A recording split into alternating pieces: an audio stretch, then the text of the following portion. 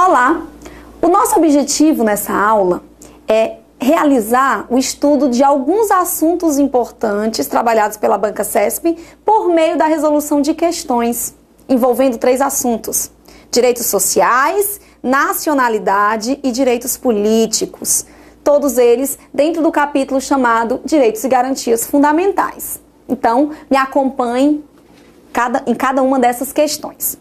A primeira: o cancelamento da naturalização por meio de sentença transitada em julgado acarreta a perda dos direitos políticos.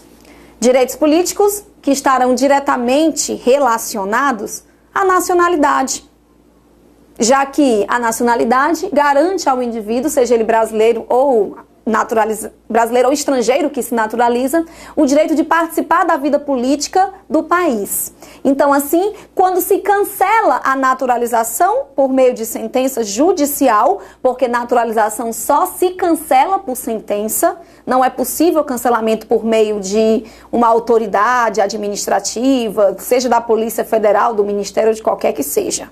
Somente por ordem judicial, transitada em julgado, é possível, portanto, o cancelamento dessa naturalização. E ela acarreta, sim, a perda dos direitos políticos. Na verdade, o artigo 15 da Constituição Federal vem proibindo a cassação dos direitos políticos, porque cassar é tomar. E eu não posso tomar aquilo que é inerente ao indivíduo como partícipe da tomada de decisões no país. Então, o direito político não pode ser cassado. Direito político pode ser perdido ou suspenso, nas hipóteses previstas no artigo 15. A cassação é de mandado eletivo, não de direito político. Veja, então, as hipóteses contidas no artigo 15 e observem que algumas se enquadram como perda, que é o caso aqui do cancelamento da naturalização, ou aquele que se recusa a cumprir uma obrigação e a prestação alternativa. Banca CESP também entende que é a hipótese de perda dos direitos políticos.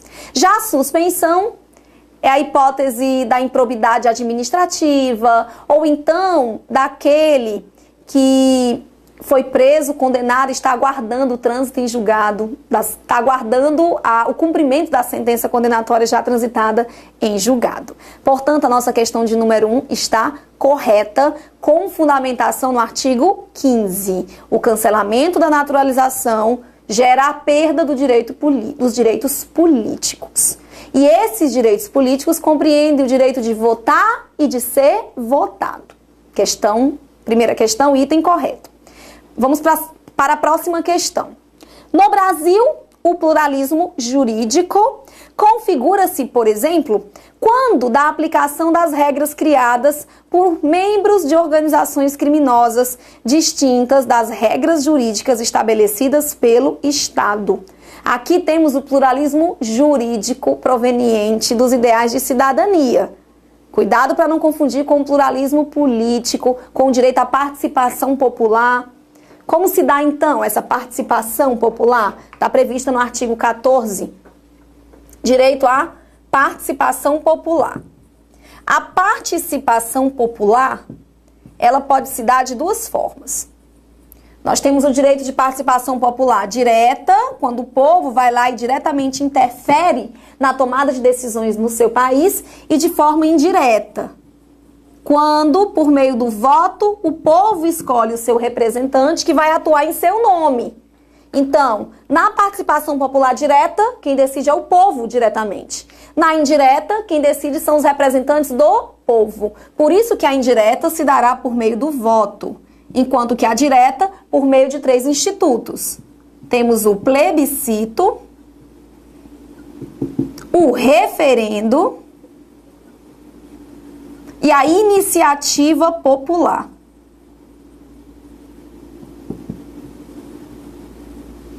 Três institutos.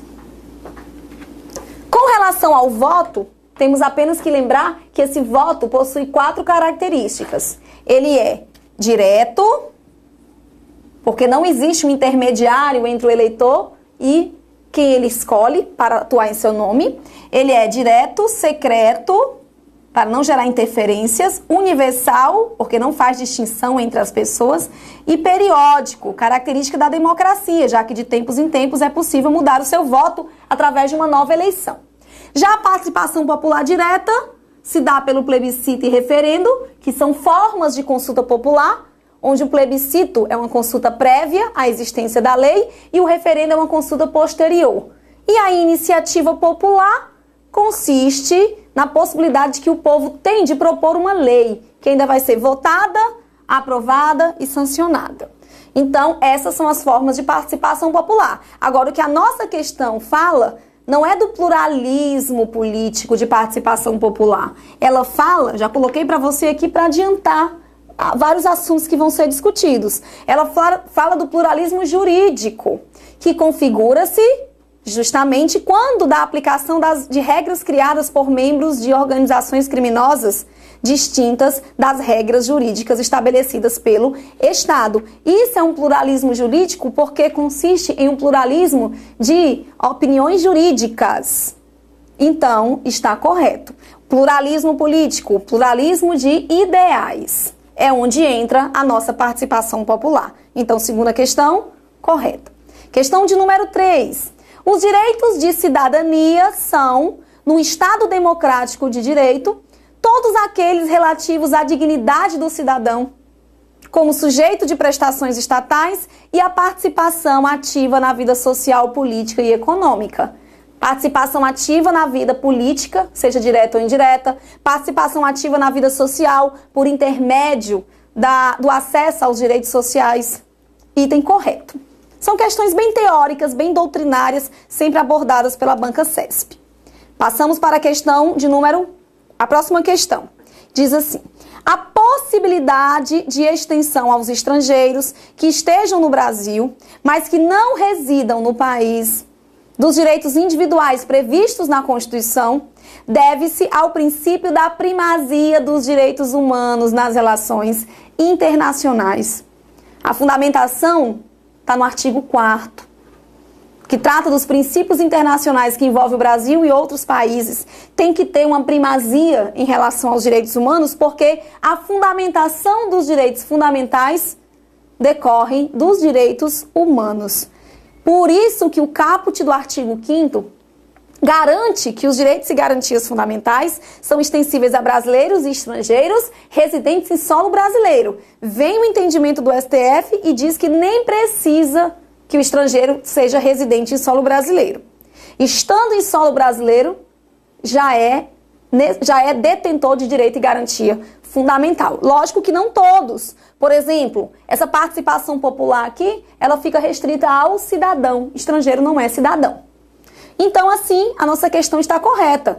A possibilidade de extensão aos estrangeiros de direitos, mesmo que não residam no país, realmente é proveniente do princípio da primazia. Está previsto no artigo 4º e vai contra o caput do artigo 5º, que impõe que o estrangeiro seja residente. Mas esse não é o entendimento dos tribunais. Existe uma extensão de direitos a esse estrangeiro. Portanto, questão correta.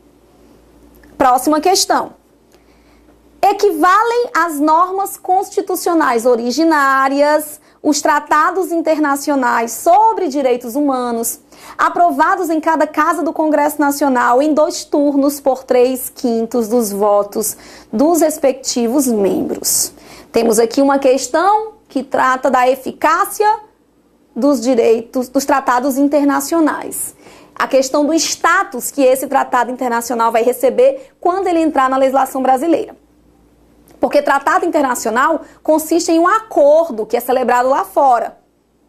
Um acordo que é celebrado entre países por intermédio do presidente da República, que como chefe de Estado traz esse tratado para o Brasil e esse tratado precisa ser incorporado à legislação brasileira. Sob que status? Vamos aqui então. Quais são os status dos tratados internacionais? De que forma esse tratado vai ser recepcionado? Status dos tratados internacionais. A princípio, todo tratado internacional, ele era recepcionado da mesma forma.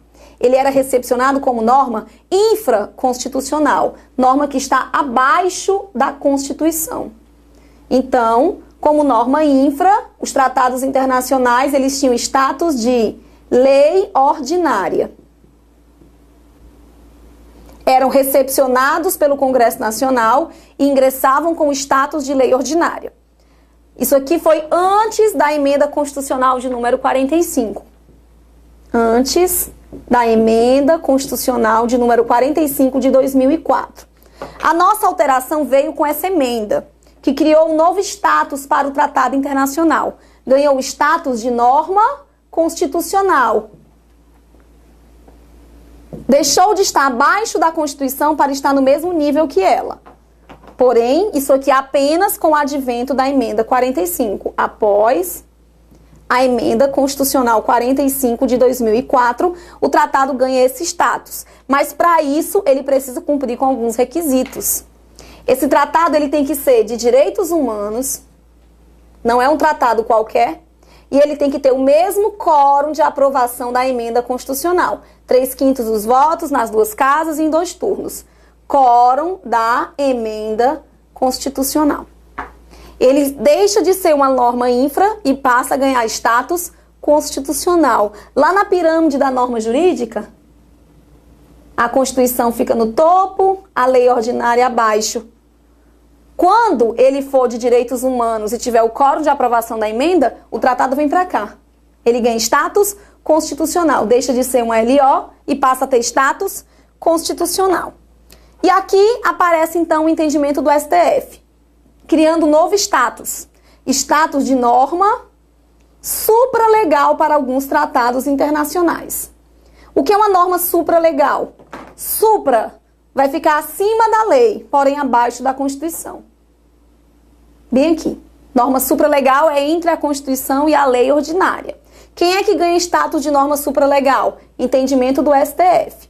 Para aqueles tratados que obtiveram quórum de aprovação da emenda, que são de direitos humanos, mas foram aprovados antes da emenda constitucional.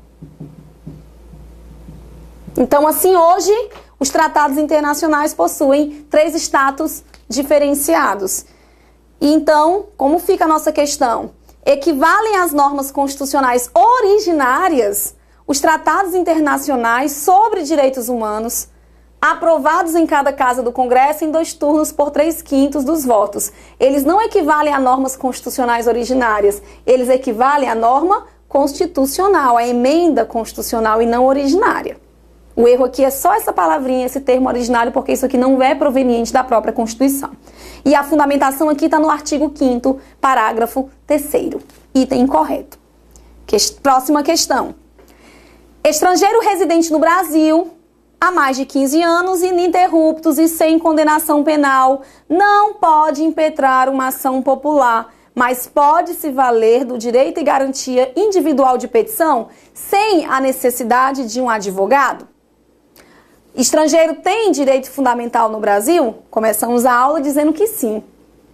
Estrangeiro tem direito fundamental, inclusive, indo além, após o entendimento previsto no artigo 5º, o estrangeiro pode, inclusive, ter direito fundamental sem mesmo ter residência fixa no Brasil. Isso é uma posição do STF que está pautada na primazia dos direitos humanos. Nós vimos isso aqui dentro da teoria do direito de nacionalidade, da teoria dos direitos fundamentais. Portanto, estrangeiro pode impetrar remédios constitucionais? Pode, salvo aqueles que trazem requisitos que ele não se enquadra. Quais são os casos? Vamos aqui relembrar os remédios constitucionais. Eu tenho remédio constitucional, são saídas previstas na Constituição para garantir a proteção dos direitos fundamentais caso eles venham a ser desrespeitados. São os remédios constitucionais. Nós temos remédios judiciais e remédios extrajudiciais, ou seja, administrativos. Remédios administrativos não exigem a presença de advogado. São eles direito de petição e direito de certidão, previstos nos incisos 33 e 34 do artigo 5º. E os judiciais são 5, todos eles previstos no artigo 5º.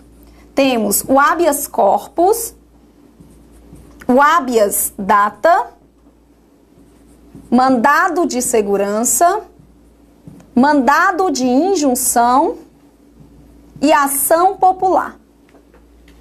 Estrangeiro pode impetrar esses remédios constitucionais? Depende do remédio constitucional. Dos 5 aqui, o único que não pode ser impetrado pelo estrangeiro é a ação popular, que visa anular um ato lesivo ao patrimônio público, ao meio ambiente, à moralidade administrativa. Por que que estrangeiro não pode impetrar uma ação popular? Porque o único legitimado da ação popular é o cidadão. Estrangeiro não é cidadão. Então, estrangeiro não pode impetrar esse remédio constitucional. Agora, habeas corpus é possível, nem precisa de advogado, habeas corpus é sem a necessidade de advogado, que nem os remédios administrativos. Esses dois, habeas corpus e habeas data, eles são gratuitos, não se paga custas para impetrá-los. Estrangeiro pode sim impetrar qualquer deles. Objetivo do habeas corpus, garantir a liberdade de locomoção. Objetivo do habeas data, obter uma informação ou retificar dados, quando não se prefira fazê-lo por meio de um procedimento sigiloso. Objetivo do mandado de segurança, ação residual.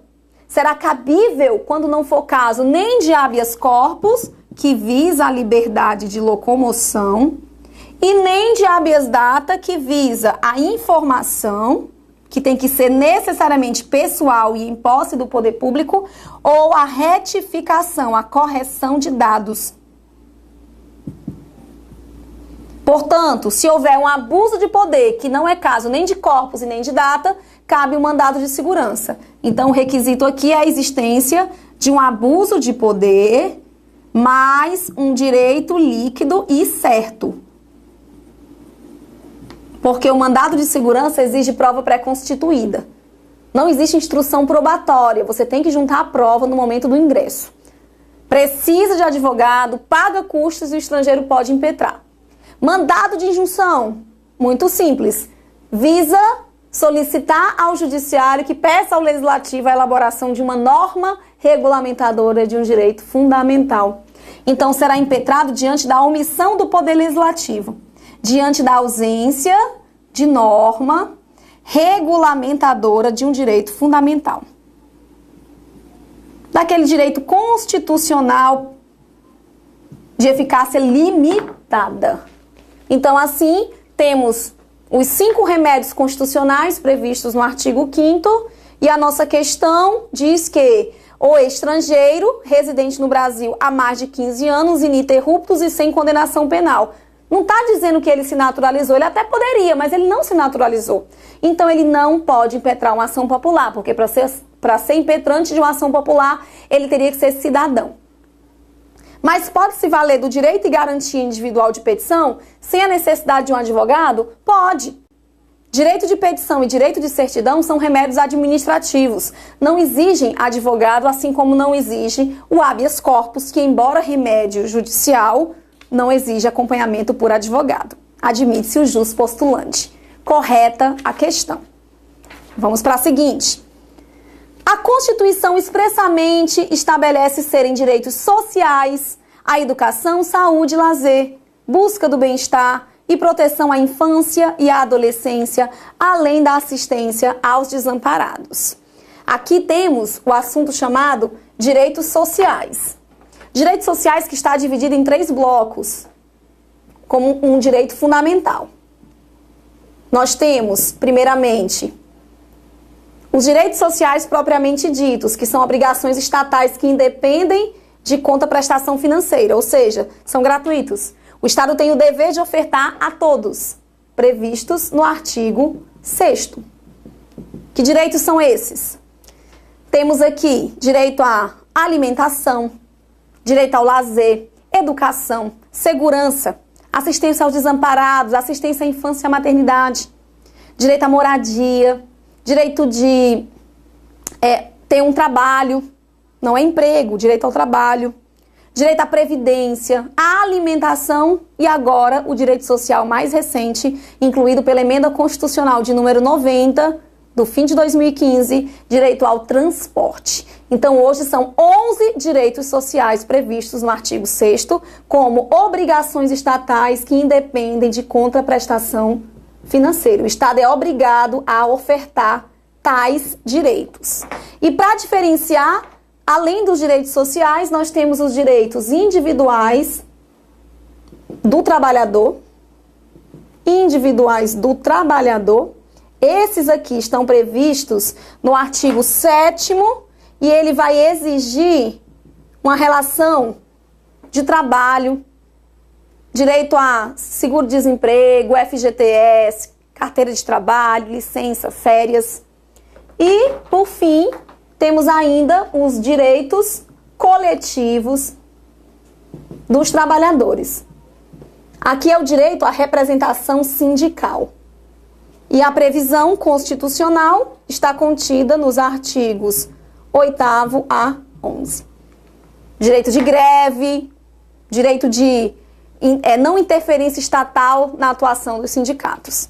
Então, a nossa questão está incorreta quando ela diz que a Constituição estabelece expressamente serem direitos sociais, educação, lazer, saúde. O erro aqui é busca do bem-estar. Proteção é a infância e a maternidade. Então, item incorreto. Dá uma olhada no artigo 6º, obrigações estatais, expressamente saúde, educação, lazer, além de outros. Próxima questão, acerca dos direitos sociais. Os menores de 18 anos de idade não podem exercer qualquer trabalho, ofício ou profissão, salvo na condição de aprendiz a partir dos 16 anos de idade. Isso aqui é direito individual do trabalhador. É a questão da atividade laboral. A partir dos 18 anos, a atividade laboral é plena. Qualquer um pode exercer. Com 16 anos, já pode exercer qualquer atividade laboral, salvo, aí tem as ressalvas, salvo atividades insalubres, são aquelas que possam causar risco à saúde, periculosas, que possam causar risco à vida, e noturna. Menor que 16 não pode exercer nenhuma atividade, salvo na condição de aprendiz a partir dos 14. O aprendiz não é um trabalhador convencional, porque a carga horária dele é diferenciada, os requisitos são diferenciados e ele é obrigado a estar estudando, coisa que não se exige para o trabalhador com 16 anos, que já exerce qualquer atividade laboral desde que ela não seja insalubre, periculosa ou noturna.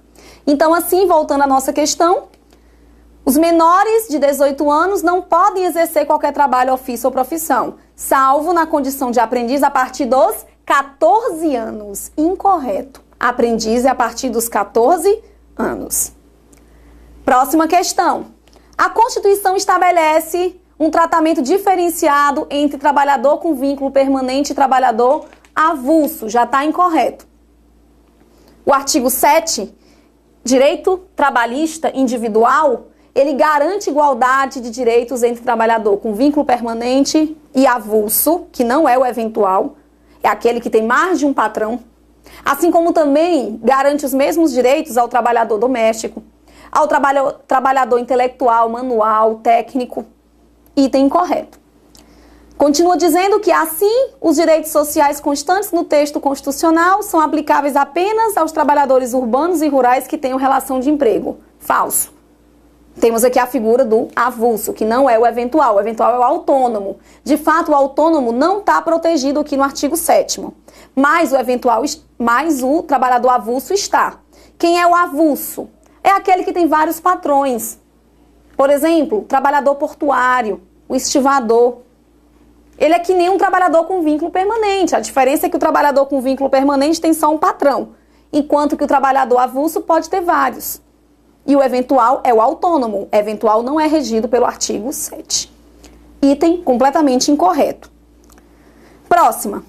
No que se refere aos direitos e garantias, a Constituição Federal veda a distinção entre trabalho manual, técnico e intelectual e entre os profissionais que o executem. Acabei de mencionar. Não pode ter distinção entre trabalhador urbano e rural, entre trabalhador com vínculo permanente, trabalhador avulso e trabalhador doméstico. E também não pode ter distinção entre trabalho manual, técnico ou intelectual. Os direitos garantidos serão os mesmos. O que muda, obviamente, é o salário, porque vai ser de acordo com a atividade desenvolvida, a complexidade do trabalho, entre outros. Correto. Próxima questão. Os direitos e garantias fundamentais previstos na Constituição incluem o direito de greve e a competência dos empregadores para decidir sobre a oportunidade de exercício desse direito e sobre os interesses que devam ser defendidos. Direito de greve está previsto no artigo 8º. Quem vai decidir quando fazer greve e o que vai ser discutido na greve são os trabalhadores e não os empregadores. Pode riscar que a questão está errada. Quem decide é trabalhador, não é empregador. Agora, quem decide o que vai fazer greve, quando vai fazer greve, o que vai ser discutido, são os trabalhadores. Porém, cabe à lei dizer o que é que pode parar. A lei é que vai decidir como se dará a proteção da segurança e da vida. E o trabalhador que descumprir aquilo vai responder na forma da lei. Então, o item correto, quem decide não é categoria de empregadores, e sim de trabalhadores. Próxima questão. Os sindicatos têm legitimidade para atuar na defesa dos direitos coletivos dos integrantes da categoria por eles representada, mas não na defesa de direitos subjetivos individuais. Aqui temos a liberdade sindical dos direitos coletivos dos trabalhadores. Sindicato representa o trabalhador judicial e extrajudicial em demanda individual ou coletiva, incorreta. Também na defesa de direitos subjetivos. Falso. Próxima questão. No que se refere aos direitos e garantias fundamentais e à cidadania, julgue. Suponha que Jean tenha nascido na França quando sua mãe, diplomata brasileira de carreira, morava naquele país em razão de uma missão oficial. Nessa hipótese, segundo a Constituição, Jean será automaticamente considerado brasileiro naturalizado com todos os direitos previstos? Não confunda nato com naturalizado. Dê uma olhada no artigo 12. Artigo 12, direito de nacionalidade. Vamos falar um pouco aqui. Segundo o direito de nacionalidade, existem duas formas de aquisição da nacionalidade brasileira. O critério de solo e o critério de sangue. Hoje, a forma adotada no Brasil é a mista. Isso porque, dando uma olhada no artigo 12, inciso 1, são 3 hipóteses de aquisição da nacionalidade nata. O que é necessário para ser brasileiro nato? Existem 3 situações diferentes. Nós temos a hipótese prevista na linha A, B e C. A linha A nasceu em solo brasileiro. Mesmo que filho de estrangeiro, desde que os pais não estejam a serviço do seu país de origem. Então, nascido em solo brasileiro. A linha B nasce no exterior, mas os pais brasileiros estão a serviço do Brasil. Então, aqui, nasce no exterior, porém, pais brasileiros a serviço do Brasil. Então, é brasileiro nato. E a linha C, nasce no exterior, filho de pai ou mãe brasileiro não a serviço. Nesse caso aqui, basta que seja realizado o registro em repartição consular brasileira competente naquele país ou aguarde a maioridade quando ele completará os 18 anos e vai optar pela nacionalidade brasileira. Então, são 3 hipóteses para se tornar brasileiro nato. Naturalizado, artigo 12, inciso 2. Naturalizado é aquele que adquire a naturalização brasileira de forma secundária. Aí nós temos a naturalização ordinária, que facilita a entrada, a naturalização dos brasileiros provenientes de países de língua portuguesa, porque só exige residência fixa por 1 ano e idoneidade moral. E nós temos a extraordinária, adotada para os estrangeiros provenientes de países que não são de língua portuguesa. Exige 15 anos de residência fixa no Brasil e não ter condenação criminal. Portanto, são situações diferentes de aquisição da nacionalidade. Aí a questão diz que ele será automaticamente naturalizado porque ele nasceu na França quando a mãe diplomata brasileira morava naquele país em missão oficial. Se ele nasce no exterior e o pai ou a mãe está a serviço, ele é brasileiro nato. Item incorreto. Ele se enquadra na hipótese contida no artigo 12, inciso 1, a linha B. Ele não se enquadra no inciso 2 do artigo 12. Incorreto. Próxima. Considere que uma criança tenha nascido nos Estados Unidos e seja filha de pai americano e mãe brasileira, que trabalhava, à época do parto, na Embaixada Brasileira nos Estados Unidos. Trabalhava a serviço daquele país. Nesse caso, a criança somente será brasileira nata se for registrada na repartição brasileira competente nos Estados Unidos. Existe a outra opção: voltar ao Brasil após a maioridade, mas isso se a mãe não estivesse a serviço do Brasil. Se ela está a serviço do Brasil, nem precisa de registro na repartição consular brasileira competente, porque ela vai ser nata segundo a hipótese contida na linha B. Tá incorreto. Agora, se a mãe não estiver a serviço do Brasil, ainda assim a questão está errada, porque são duas hipóteses.